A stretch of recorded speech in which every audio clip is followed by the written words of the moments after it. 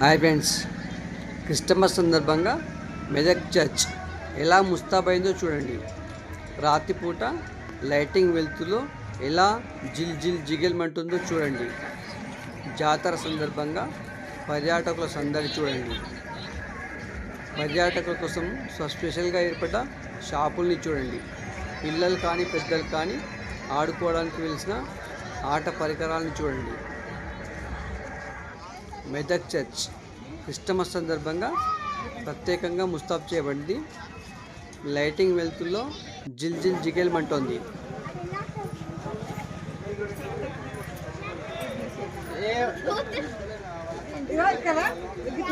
అక్కడ మెజార్టీ